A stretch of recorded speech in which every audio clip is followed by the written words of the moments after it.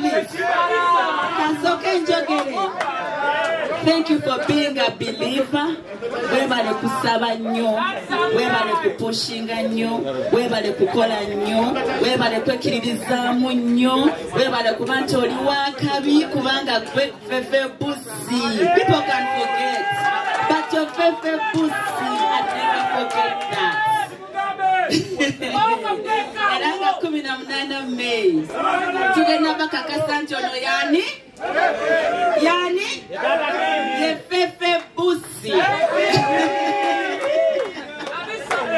Waliwo kyendabye nti ku mukolo omwana ono ayinza n'otugamba muve wano anti amaze okwogera naye wabadde wabulako katini nnyo bajeyo ki ate empeta ekirawa eyayimba akayimba k'empeta ayita nazo nzija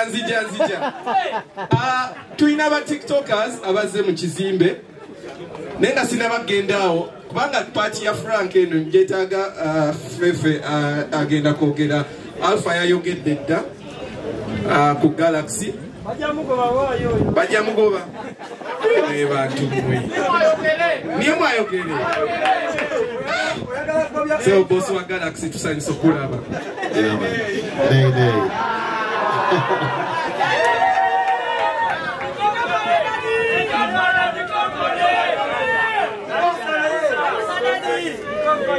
Teddy hip hop artist singer Feffe Bussi Ne for sure. Feffe Bussi Ne wange era buli kimu kyakola nkimanyi ne karol wajjera ntegeera n'essaawa z'amalayo era obuba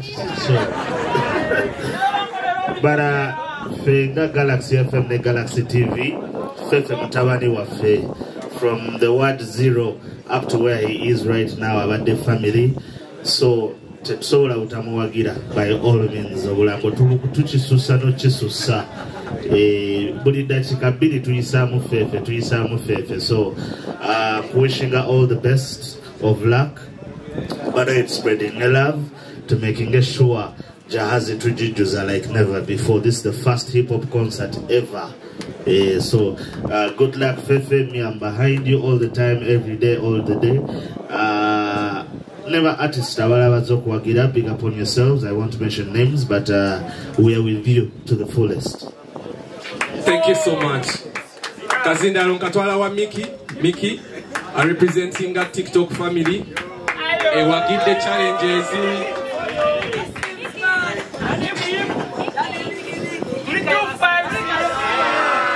Banayo balamusiza mwena kabaka samso kulaba Feffe my brother, how you doing?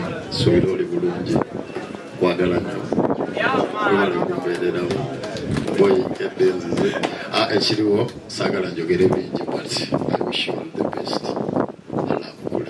I know this is going to be massive. Kuzayo ticket za kutwala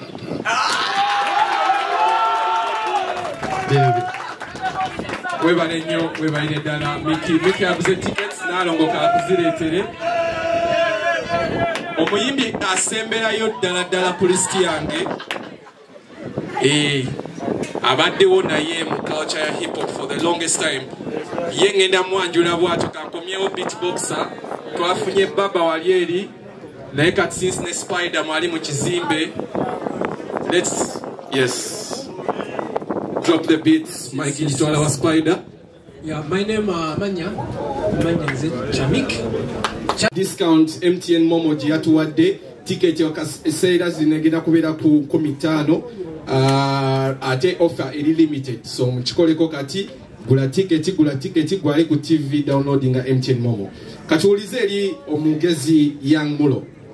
Anti bagamba yefa batagambwako yefa batakonwako tulina mwefujjo jangu kuna lubalo kategere naye nga baboyi zenjagala kubebaza mwenna buli omu namba gy'ozannya buli omu ky'oyagadde okutondawo ku ttafaali lya Feffe Bussi, oba oli wa media, oba oli sponsor, oba oli muyimbi, byonna n'abannannyini kifo, everyone buli omu ky'ozannya njagala kuwebaza.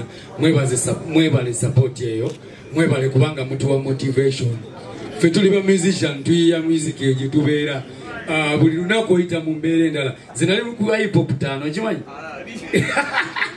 nali mirumamu boy naye ngenda okulaba nga sijja kusobola ne ngamba kanoonye ba dancehall artist bano bengenda okusobola bengenda okupapagana nabo naye nga baboyi mwebale tuwa ka motivation, mwebale support mwenna ekirala ekisinga okuba ekikulu njagala kuyita bannayuganda mwenna abatali wano, abatulabira ku masimu, abatulabira ku TV, abatuwulira ku maradio, tubasaba banaye mujje wano e Munyonyo ku Jazz Paya tuwagire Feffe Bussi, mujje tuwe bannayuganda, tuwe munnayuganda munnaffe lo tumuwa kabuli akamubeeza mu Uganda nga ajesimisa, you know, mujje tulage muganda waffe laavu.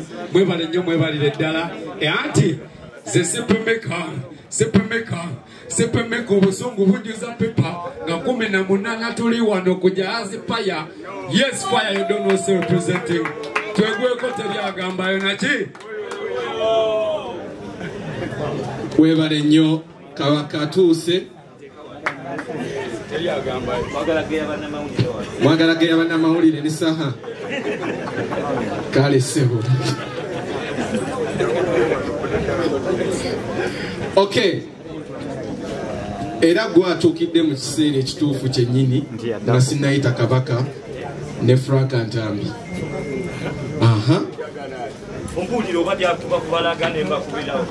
Hip hop tuli kulla lubaala amazzi gajja basabule. Assalamu alaikum warahmatullahi ta'ala wabarakatuh.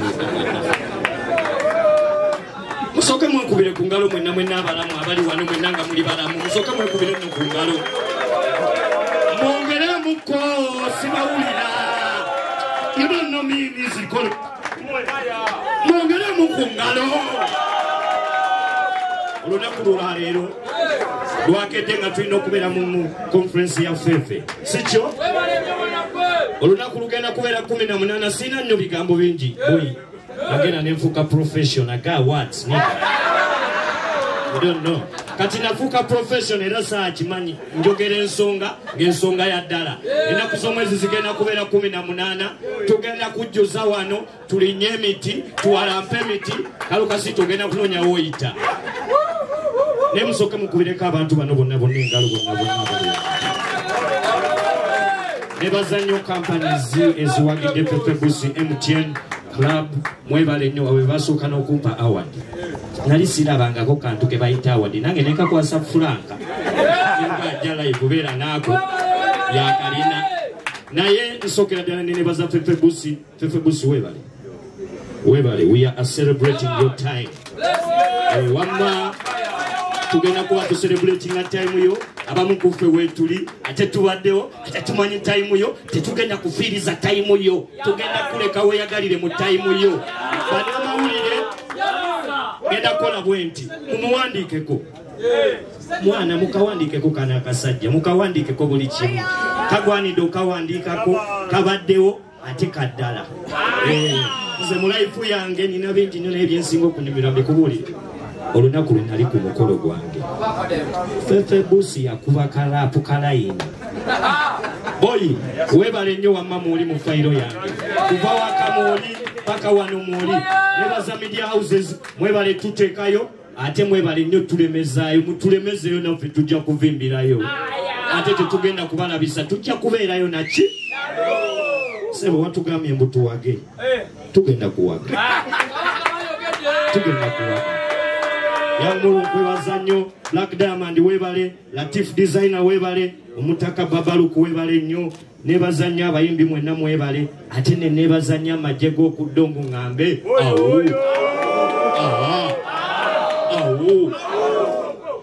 inyamwawo tebatukoona.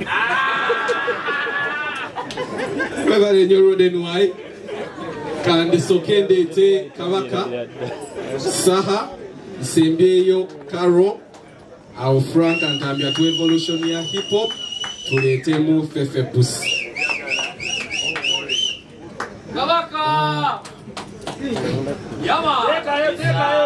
Nayongera okubayiriza omulundi ogwokubiri ebigambo byonna byogeddwa ebirina okwogerwa sagala ate tubaggowe tubeere wano tunyumye kabamu twagala genda kukola ki kukyekolamu naye nze Feffe nkwagala nnyo ku mutima gwange njagala bega okimanyi olikyaliwa okubira essimu kwatirawo onkubira oluusi nemba nga ntagadde tonyiiga oli muganda wange asi kwatagandeko okusi tufuneyo tiketi wakiriza mitwalo nga 8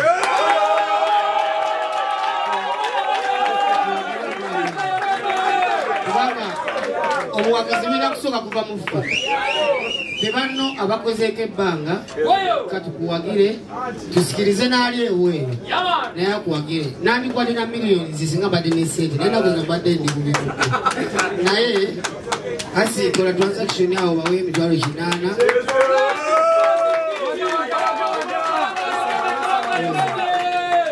Uganda wange bannayuganda bannange abantu b'ekigungo abaana b'entebe tusimbula bukenzi sport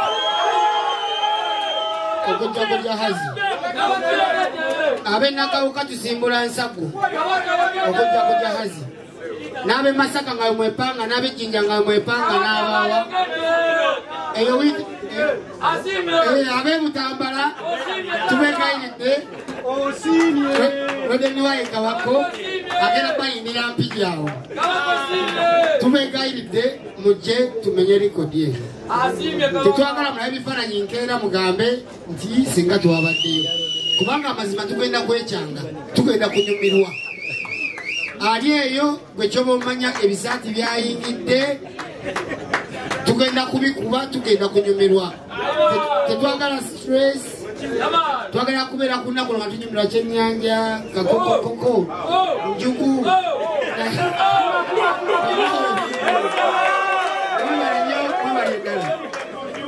naye kabaka enjugu yekise tugenderaawo.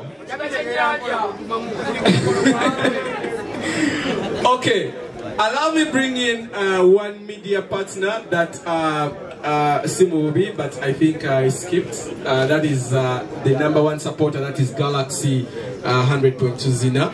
To right now, I think Alpha Jango Yogene Galaxy. Banabasajja bawagidde Ugandan music ku TV, ku radio, ku blogging, ku social media, byonna babikoze. Mwebale nnyo Galaxy. Tuyanziza webale nnyo Douglas bannaye mwebale kujja Feffe Bussi Galaxy ekukkiririza bannayuganda bakukkiririzaamu katulinde ngenda kuva omwezi 18. We are Uganda's #1 radio station and we are big on Ugandan music, so we are going to be celebrating this olunaku olwo mwenna mujje ba sponsors b'amaanyi abaliwo okuvira ddala ku ffe paka kwanaasembayo mujje tuwagire Feffe Bussi twongere okuteeka ettaffaali ku industry ya Uganda okutwaliza wamu. Thank you. Mwebale nnyo Galaxy. Akazinda bannaye kagenda wa Mama King saawa zino, mbasaba mubeere very attentive. Simanyo bagenda kumenyaawo dola byayogedde. Hi. How are you? You okay? Nange sigenda kwogera bingi because tetulina budde bwa kwogera, tetwaze kwogera. But I would love to thank buli muntu awagidde Feffe Bussi. Buli muntu. All the companies is wagidde Feffe Bussi. All the media houses. Buli muntu azadde camera esaawa zino ng'akinuuza mu Feffe Bussi. Thank you very much. Era mbadde omusaba ova wano kyongere tukireka wano ate yongerayo ebirungi si ebibi. Yongerayo ebitwongerayo ebitwala mu maaso. Nsaba okwebaza ennyo management ya Feffe Bussi ne team Feffe Bussi, buli muntu amubeerako wano omugamba osobola. Muli Bakabinyo, manager Kibo. I would love to thank manager Lawrence, Angry Management. Cox, thank you very much. Team you know nabera ku Chidoa, over Jamal, Ranks DJ, Batik Boy, Madiswene, Producer, best boy. Buli muntu nalongo, I see you right there. Buli muntu agama Feffe Bussi, you can do it. Church singo mukuru muliba kabinyo because church singo pongero muntu maso. Lastly, I want to thank Feffe Bussi. Oh my God!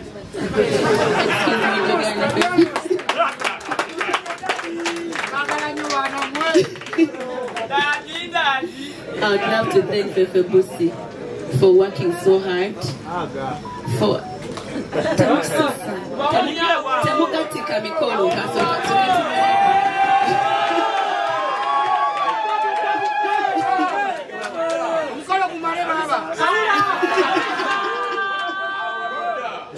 Now, before lastly, I would love to thank every artist as in our Feffe Bussi. But then she says, "Mama, so kubanga twakubite banji nnyo naye asituse najja wano oli wakabi nnyo oli bakabi nnyo because tetwetagamu eno industry twewagira mulina kwewagira abayimbi mbakubiriza bannange twewagire mujjeewo embeerayo gamba mbu sigenda kubeerawo omuntu. I beg you please muyige okwebeererawo kale ataze kwata essimu yo ogule tiketi ya Feffe Bussi oba ogule tebo ya Feffe Bussi please twewagira abayimbi others tugenda kuswala feka na feka twewagire please.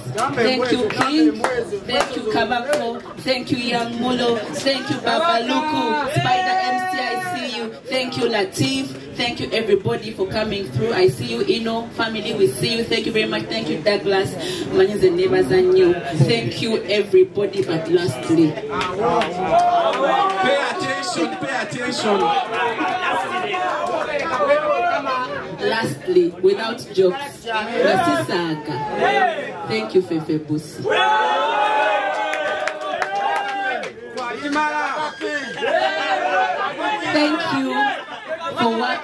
Thank you for working so hard.